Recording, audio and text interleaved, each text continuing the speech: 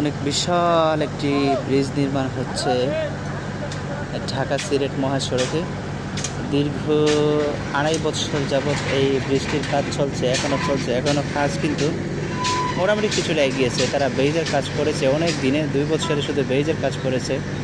দেখতে পাচ্ছেন এত বিশাল টাকা ব্যাপার, কোটি কোটি টাকা ব্যয়ে এই ব্রিজগুলো হচ্ছে।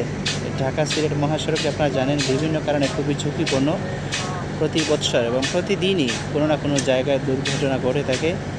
তো সেই দুর্ঘটনা থেকে মুক্তি পাওয়ার জন্য এবং রাস্তাটি প্রশস্ত করার জন্য বাংলাদেশ সরকারের উদ্যোগে বিশ্বের প্রায় 7 থেকে 8টি কোম্পানি যৌথভাবে কাজটা করছে। দেখতে পাচ্ছেন অনেক বিশাল বড় একটা ব্রিজ, খুব সুন্দরভাবে কাজ চলছে অনেক দিন ধরে।